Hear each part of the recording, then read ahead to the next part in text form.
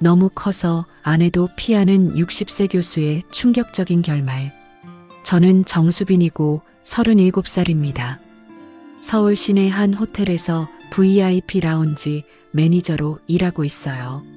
매일 새벽 6시에 일어나서 밤 10시에 집에 들어가는 생활이 3년째 계속되고 있었죠. 왜 이렇게 바쁘게 살고 있냐고요? 어머니 병원비 때문입니다. 어머니는 2년 전 뇌졸중으로 쓰러지셨어요. 월 200만 원씩 나가는 병원비와 간병비를 혼자 감당하려니 하루도 쉴 수가 없었습니다. 그래도 VIP 라운지는 팁이 좋은 편이라 버틸만 했죠. 우리 라운지에는 항상 특별한 손님들이 오십니다. 재벌 회장들, 유명 연예인들, 정치인들까지.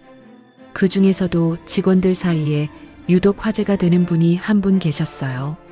최도경 교수님이라는 분이었습니다. 야, 너 사오부스 그분 알지? 60살 교수님 말이야. 후배 직원 미영이가 소곤소곤 제게 다가왔어요. 왜? 뭔 일 있어? 있잖아. 그분 부인이랑 12년째 각방이래. 이유가 좀 특이해. 미영이는 주변을 둘러보더니 목소리를 더 낮췄습니다. 너무 커서 부인이 못 견디신대. 그래서 아예 가까이도 못 하신다는 거야. 처음에는 그냥 직원들끼리 도는 소문 정도로 생각했어요.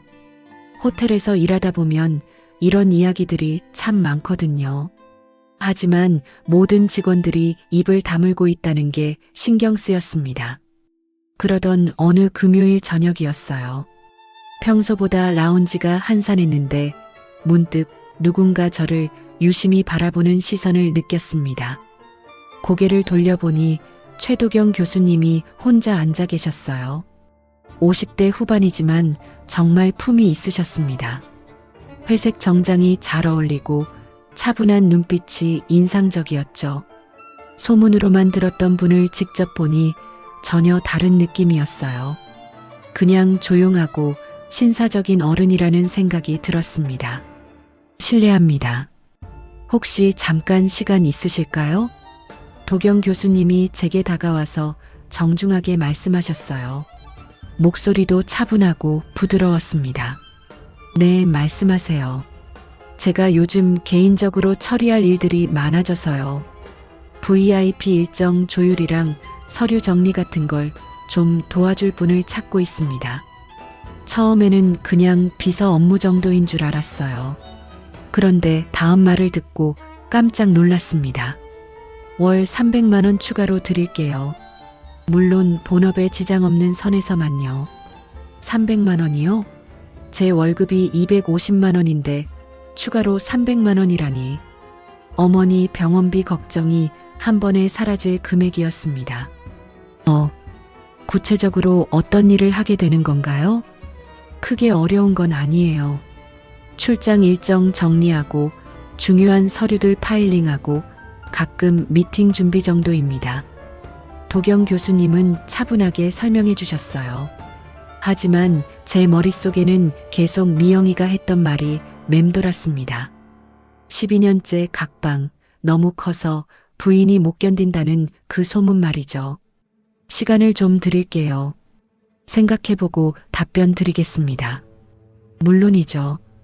급한 건 아니니까 천천히 생각해보세요. 그날 밤 집에 가는 지하철 안에서 계속 고민했어요.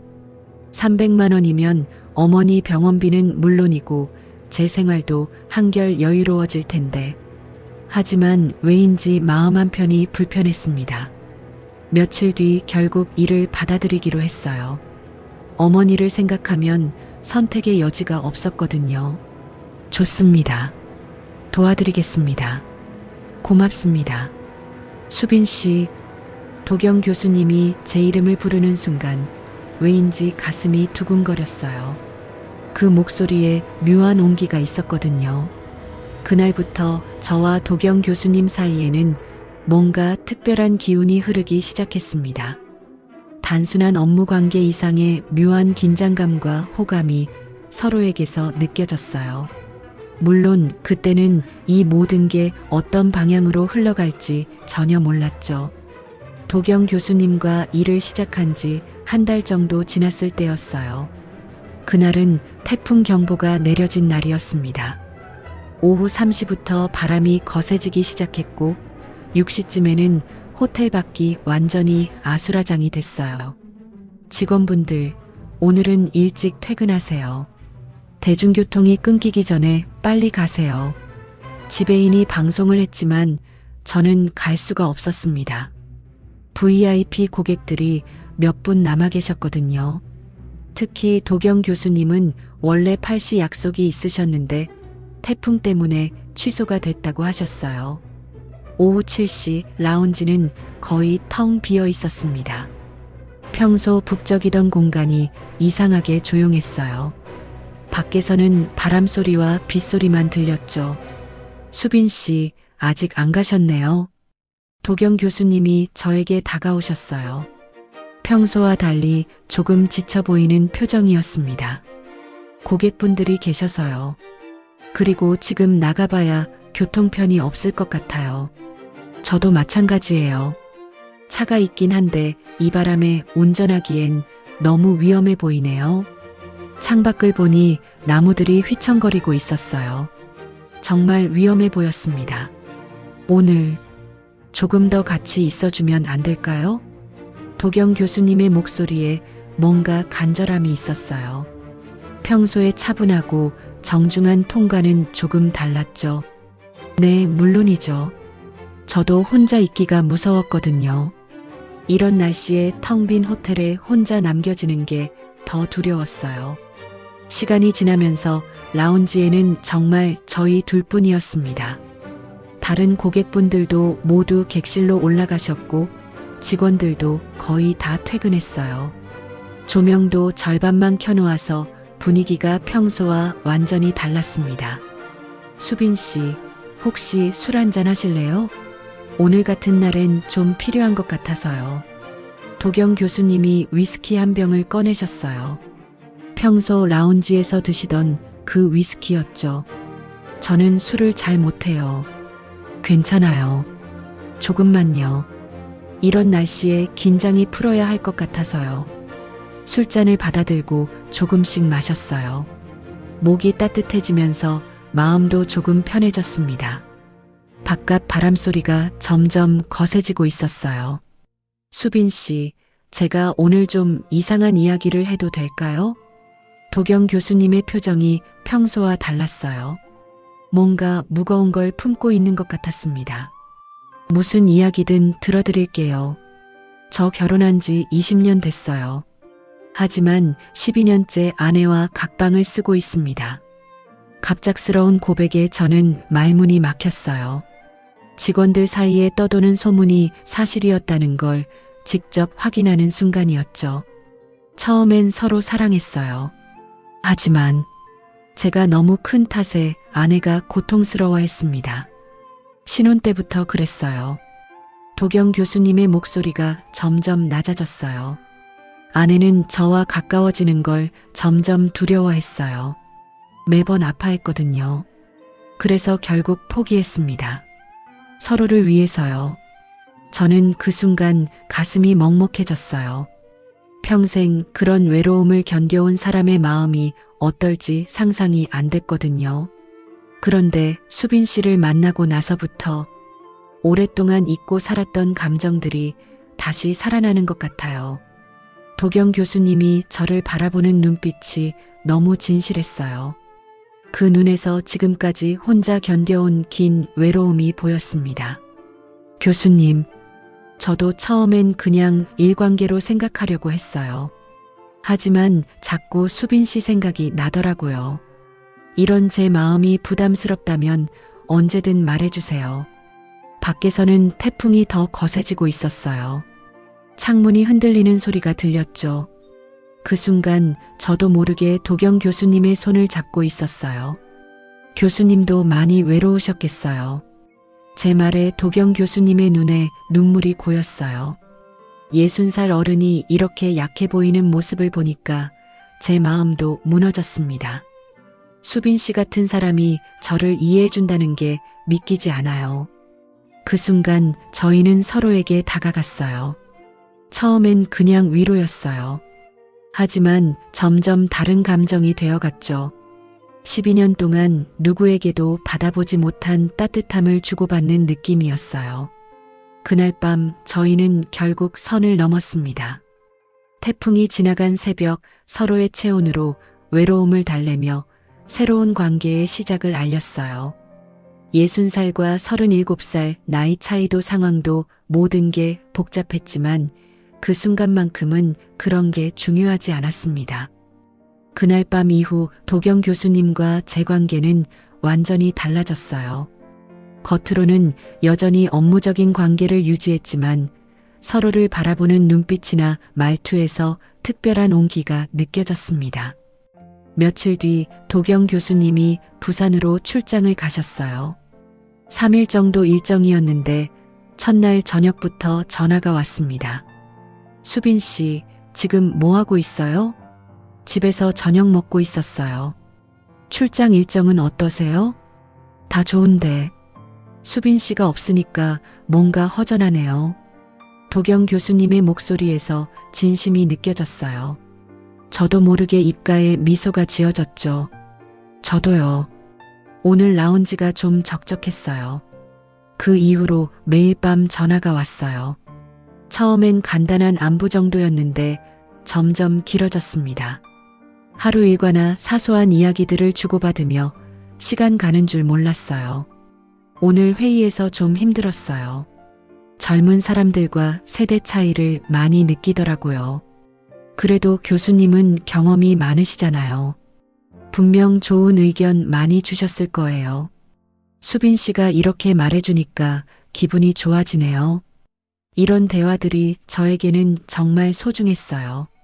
누군가 제 하루를 궁금해하고 제가 그 사람의 하루를 위로해 줄 수 있다는 게 새로웠거든요. 출장에서 돌아온 날 도경 교수님이 선물을 가져오셨어요. 부산에서 유명하다는 화장품 세트였는데 고급스럽게 포장되어 있었어요.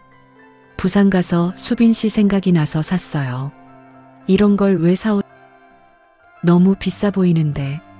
괜찮아요. 수빈 씨가 좋아할 것 같아서요. 그런 작은 관심들이 저를 설레게 했습니다. 오랫동안 누군가에게 이런 마음을 받아본 적이 없었거든요. 하지만 며칠 뒤 일이 일어났어요. 평소처럼 핸드폰으로 은행 앱을 확인하다가 깜짝 놀랐습니다. 통장에 200만 원이 입금되어 있었거든요. 급하게 도경 교수님께 전화했어요. 교수님, 혹시 제 통장에 돈 넣어주신 거예요? 아, 그거요? 지난번. 고마웠어서요. 지난번이 뭔가요? 그날 밤 말이에요. 수빈 씨가 저를 많이 위로해 줬잖아요.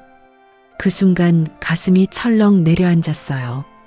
위로라고 했지만 결국 그날 밤 일에 대한 대가라는 뜻이었거든요. 교수님, 저는 그런 의미로 한 게 아니었는데. 아니에요. 그냥 제 마음이에요. 부담 갖지 마세요. 전화를 끊고 나서 한참을 멍하니 앉아 있었어요. 머릿속이 복잡했습니다. 도경 교수님이 저를 어떻게 생각하는 건지, 저는 그분에게 뭐가 된 건지 알 수가 없었어요. 나는 대체 뭐가 된 거지? 이런 생각이 계속 맴돌았어요. 진짜 좋아해서 가까워진 건지 아니면 돈을 받는 관계인 건지 경계가 흐려졌습니다. 더 큰 문제는 호텔 직원들 사이에서 소문이 돌기 시작한 거였어요. 언니, 요즘 사오부스 교수님이랑 많이 친해진 것 같던데. 후배 미영이가 의미심장한 표정으로 물어봤어요. 일 때문에 자주 만나게 되는 거야. 근데 어제 지하 주차장에서 교수님 차에 타시는 거 봤어요. 가슴이 뜨끔했어요. 어제 비가 와서 도경 교수님이 집까지 태워다 주셨거든요. 그런데 그걸 누가 봤다니. 그냥 비 와서 태워다 주신 거야. 아, 그렇구나. 그냥 좀 신기해서 물어본 거예요. 미영이는 그렇게 말했지만 표정에서 뭔가 의심스럽다는 게 느껴졌어요. 며칠 뒤에는 다른 동료도 비슷한 이야기를 했습니다. 수빈아, 너 요즘 좀 달라 보인다. 뭔가 좋은 일 있어? 무슨 소리야? 화장품도 좋은 걸 쓰는 것 같고 옷도 예전보다 좋아진 것 같아. 정말 예리하게 봤더라고요. 도경 교수님이 주신 화장품을 쓰고 있었고 최근에 조금 비싼 옷도 몇 벌 샀거든요. 추가 수당을 받으니까 여유가 생겼거든요. 그냥 요즘 일이 잘 풀려서 그런가 봐. 그래, 부럽다. 나도 좀 알려줘. 농담조로 말했지만 눈빛에서 뭔가 알고 있다는 느낌이 났어요. 집에 가는 길에 계속 생각했어요. 도경 교수님과의 관계가 점점 복잡해지고 있었습니다. 분명히 서로에 대한 감정은 진짜였어요. 하지만 그 사이에 돈이 끼어들면서 모든 게 애매해졌죠. 내가 진짜 좋아해서 가까워진 건가? 아니면 돈 때문인가? 스스로에게 물어봐도 답이 명확하지 않았어요. 처음엔 분명히 감정이었는데 돈을 받고 나니까 그 감정마저 의심스러워졌습니다. 더 무서운 건 주변 시선이었어요. 호텔은 작은 사회거든요. 소문이 한번 돌기 시작하면 걷잡을 수 없게 퍼져나가죠. 제가 도경 교수님과 어떤 관계인지에 대한 추측들이 점점 구체화되고 있다는 게 느껴졌어요. 200만 원 입금 사건 이후로도 도경 교수님은 변함없이 저를 챙겨주셨어요. 아니, 오히려 더 세심해지신 것 같았습니다. 수빈 씨, 오늘 좀 피곤해 보이네요. 어머니 병원 다녀오느라 새벽에 일어났어요. 그럼 오늘은 일찍 들어가세요. 제가 지배인한테 얘기해 드릴게요. 이런 식으로 항상 제 상황을 신경 써주셨어요. 정말 다정했죠. 하지만 문제는 그 다음이었습니다. 다음날 통장을 확인해 보니 또 50만 원이 들어와 있었어요.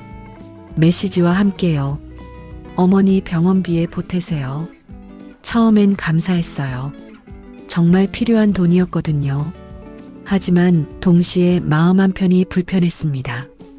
왜 자꾸 돈을 주시는 걸까 하는 의문이 들었어요. 교수님, 너무 자주 이러시면 제가 부담스러워요. 왜요? 제가 수빈 씨를 아끼니까 그러는 거예요. 부담 갖지 마세요. 아끼신다는 말이 마음을 따뜻하게 했어요. 하지만 그 따뜻함도 잠깐이었습니다. 일주일 뒤에는 명품 가방이 배송됐어요. 제가 지나가는 말로 예쁘다 했던 그 가방이었습니다. 교수님, 이건 너무 비싼 거 아니에요? 수빈 씨가 좋아할 것 같아서요. 그 가방 메고 있으면 더 예뻐 보일 것 같아서. 달콤한 말이었지만 가방값이 200만 원이 넘는다는 걸 나중에 알았어요. 왜 이렇게 비싼 선물을 주시는 걸까 궁금했습니다. 그 다음 주에는 아예 생활비 명목으로 100만 원을 보내주셨어요. 수빈 씨가 돈 걱정 안 하고 편하게 지냈으면 좋겠어요. 하지만 저는 월급도 받고 교수님이 주시는 추가 수당도 있어요. 그래도 여유가 있어야죠. 제가 챙겨주고 싶으니까 받아주세요. 이런 패턴이 계속 반복됐어요. 도경 교수님이 저를 챙겨주시고 그 뒤에는 반드시 돈이나 비싼 선물이 따라왔습니다. 처음엔 그냥 마음의 표현이라고 생각했는데 갈수록 이상했어요. 어느 날 저녁 도경 교수님과 조용한 레스토랑에서 식사를 했어요. 분위기 좋은 곳이었고 대화도 즐거웠습니다. 수빈 씨와 함께 있으면 정말 편하네요. 오랫동안 이런 기분 못 느껴봤어요. 저도요. 교수님이랑 있으면 마음이 안정돼요. 서로 진심을 주고받는 시간이었어요.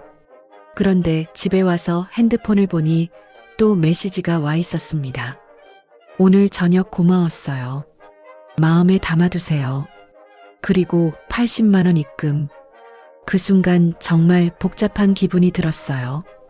분명히 즐거운 저녁이었는데 돈을 받고 나니까 그 시간이 다르게 느껴졌거든요. 이 사람은 나를 정말 좋아해서 챙기는 걸까? 아니면 내가 필요해서 돈을 주는 걸까? 이런 생각이 머릿속을 떠나지 않았어요. 도경 교수님의 마음은 진심 같았어요.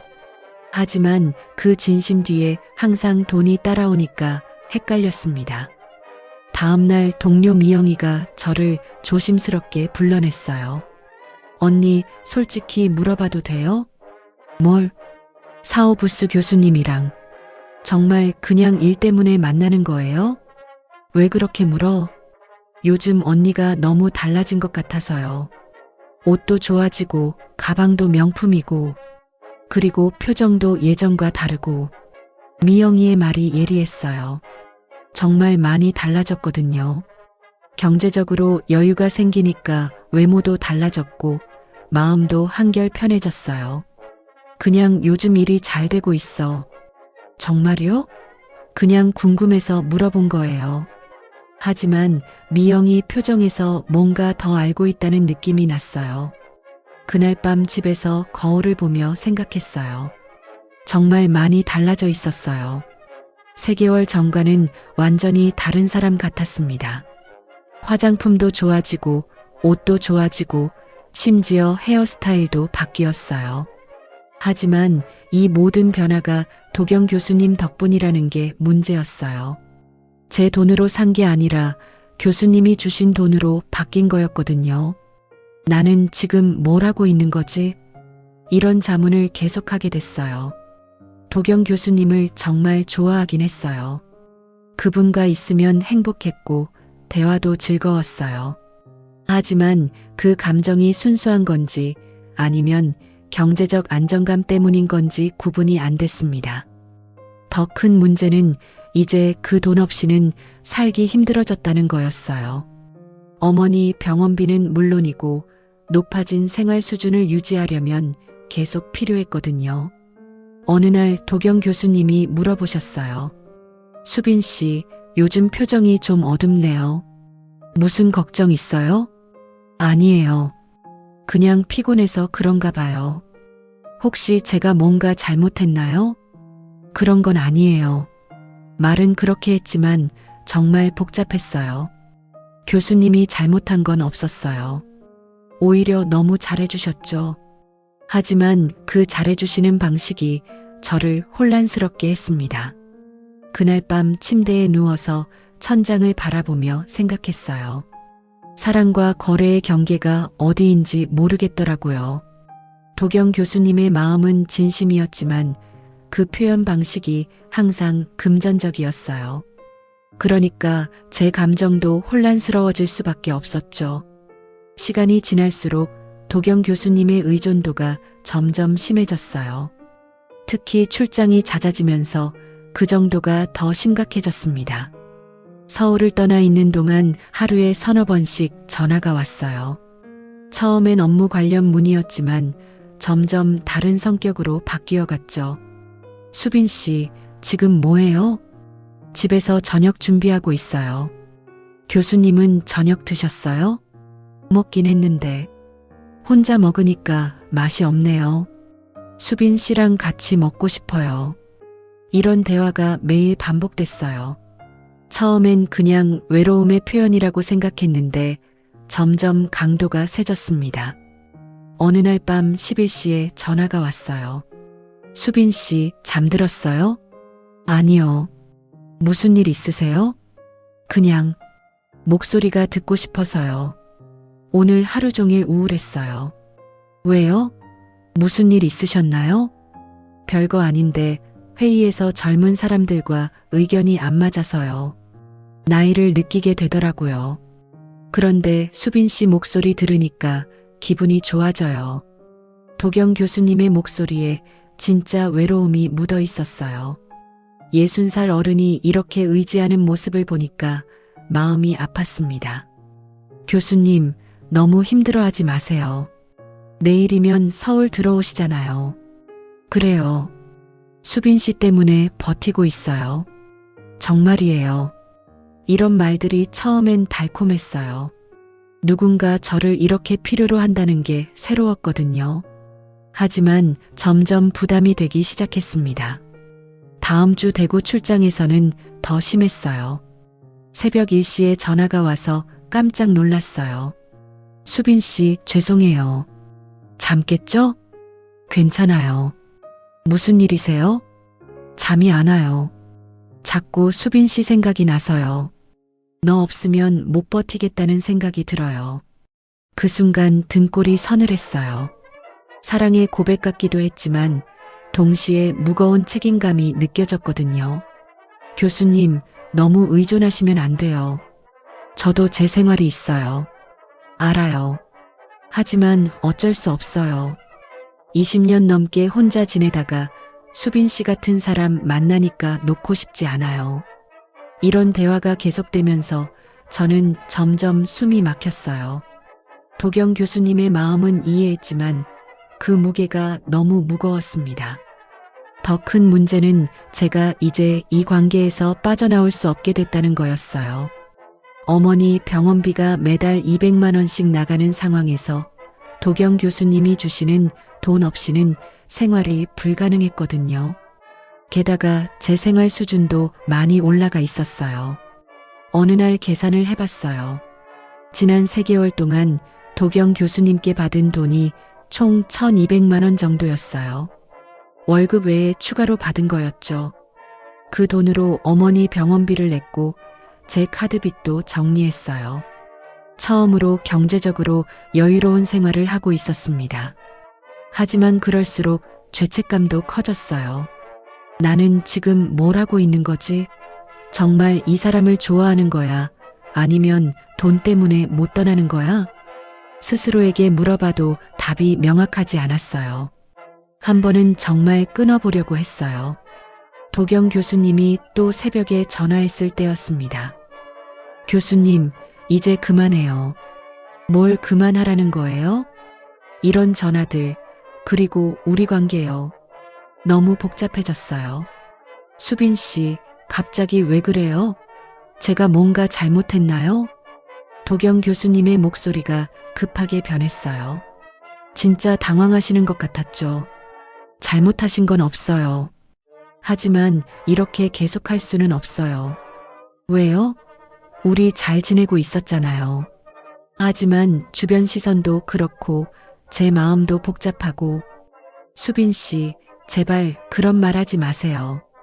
당신 없으면 정말 못 살아요. 그 말을 듣는 순간 마음이 무너졌어요. 60살 어른이 이렇게 애원하는 모습을 보니까 차마 매정하게 할 수가 없었거든요. 그 다음날 통장에 500만 원이 들어왔어요. 어제 놀라게 해서 미안해요. 마음 정리할 시간 드릴게요라는 메시지와 함께요.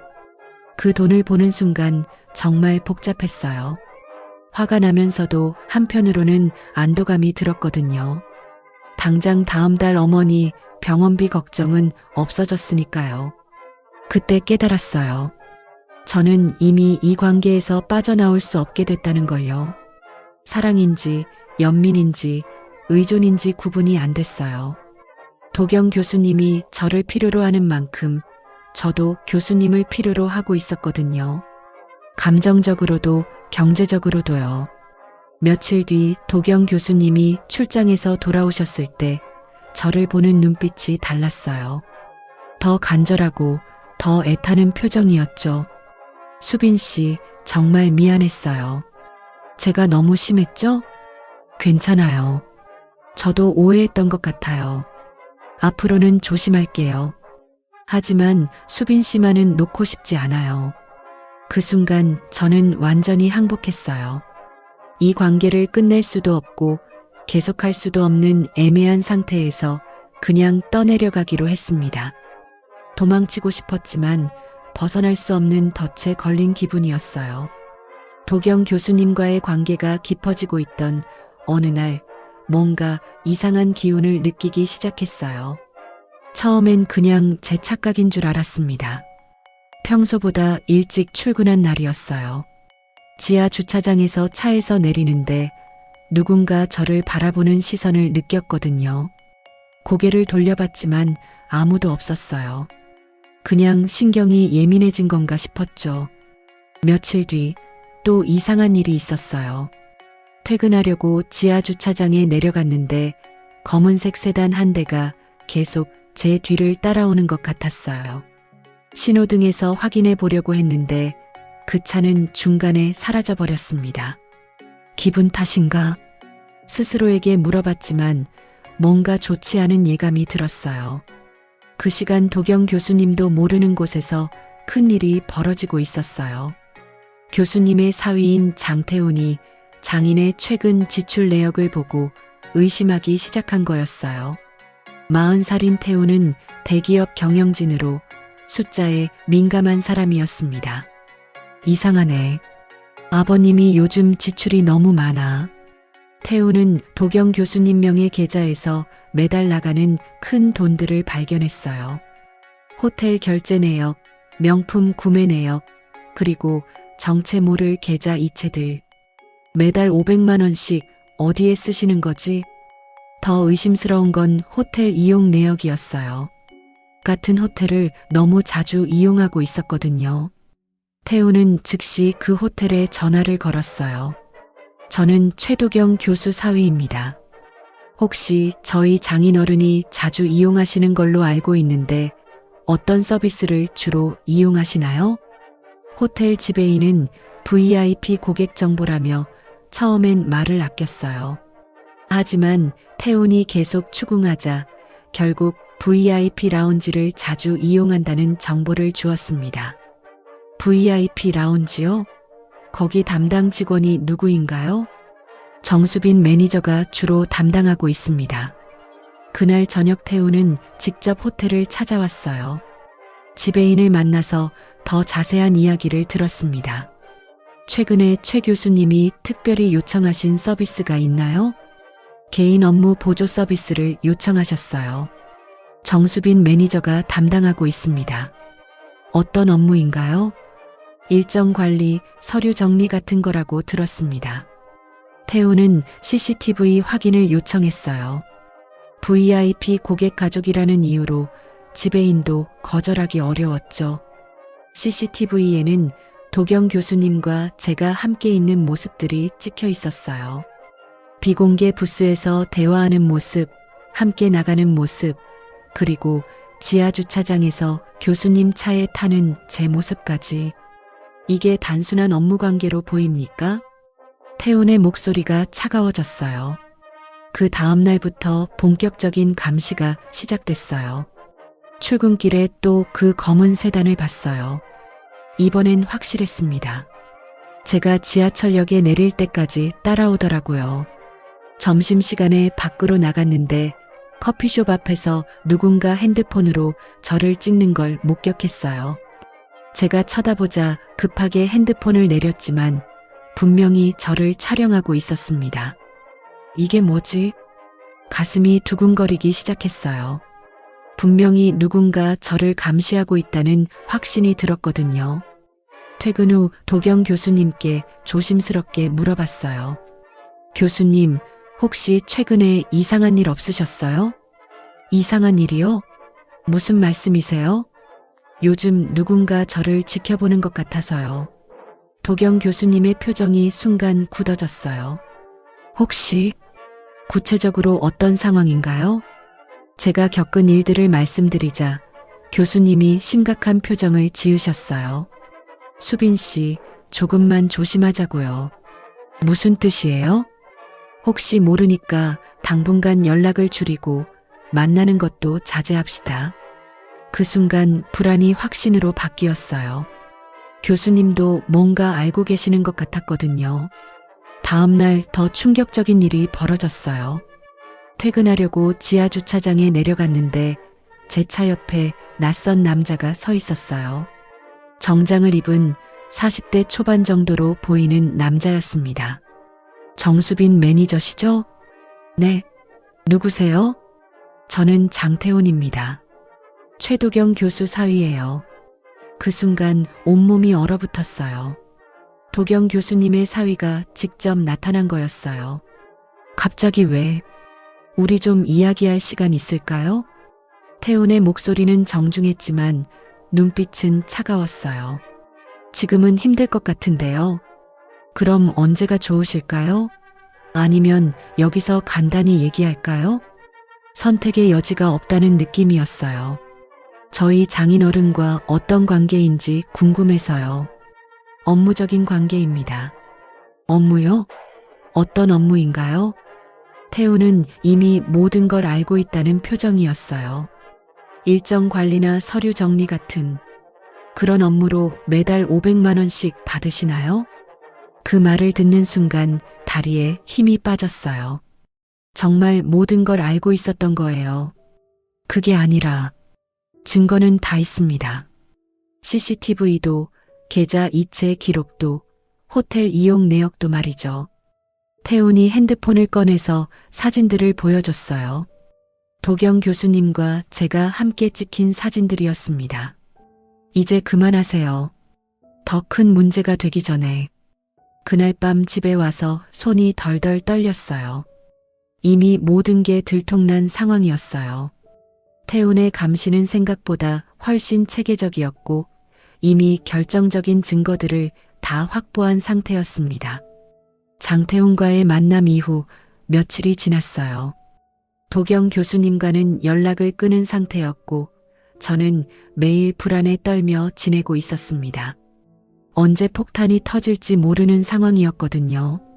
그 폭탄은 생각보다 빨리 터졌어요. 월요일 오전 평소처럼 라운지에서 업무를 보고 있는데 지배인이 급하게 저를 부르더라고요. 수빈 씨, 지금 당장 사무실로 와보세요. 지배인의 표정이 심상치 않았어요.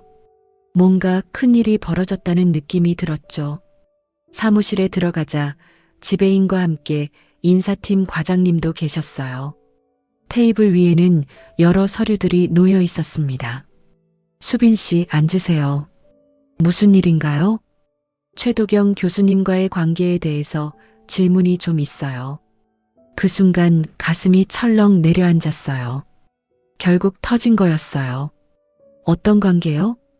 업무 외적인 개인적 관계가 있었는지 묻고 있어요. 지배인이 서류 중 하나를 제 앞에 내밀었어요. 그건 장태훈이 준비한 증거 자료였습니다. 사진들이 한 장씩 펼쳐져 있었어요.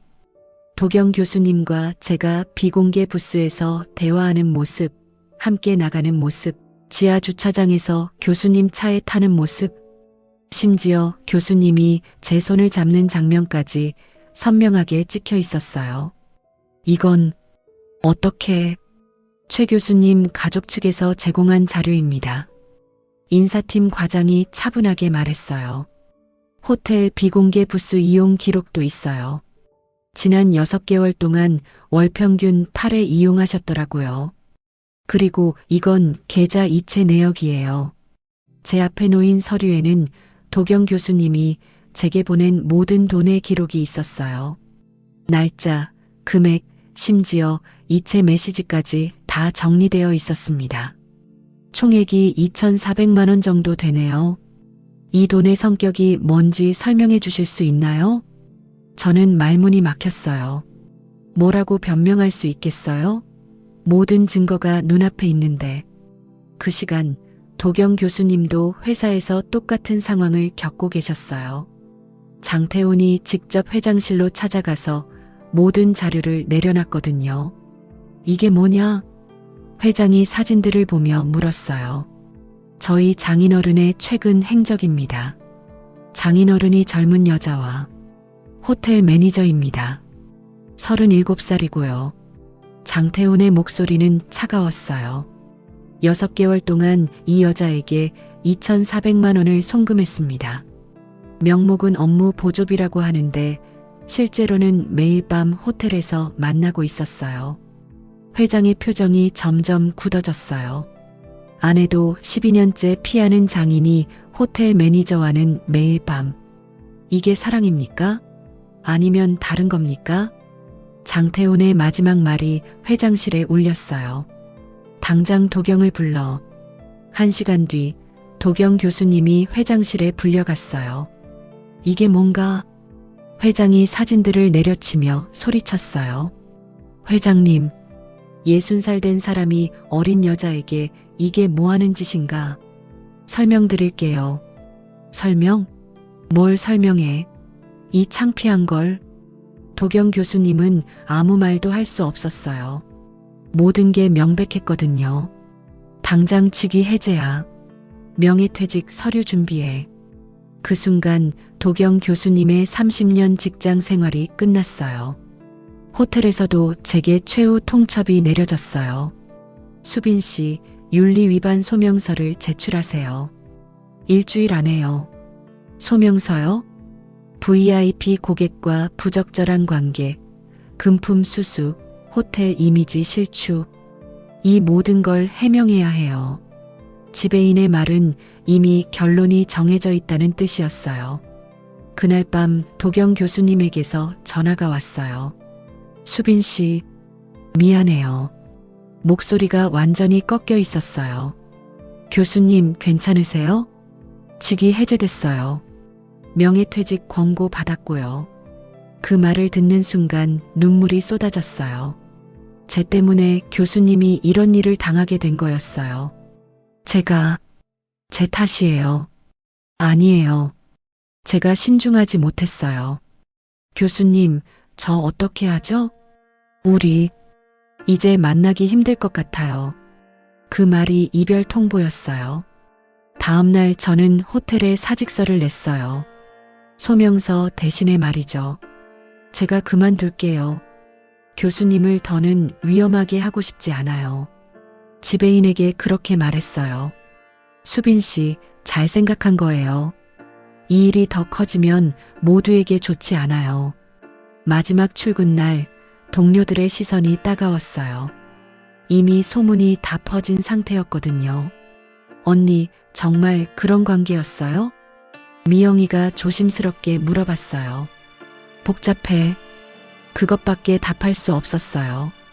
짐을 정리하며 지난 6개월을 되돌아봤어요. 처음엔 단순한 업무 관계였는데 어떻게 이렇게 됐을까 싶었죠.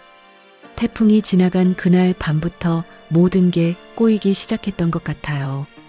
감정과 돈이 섞이면서 순수했던 마음도 명확했던 경계도 다 흐려졌어요.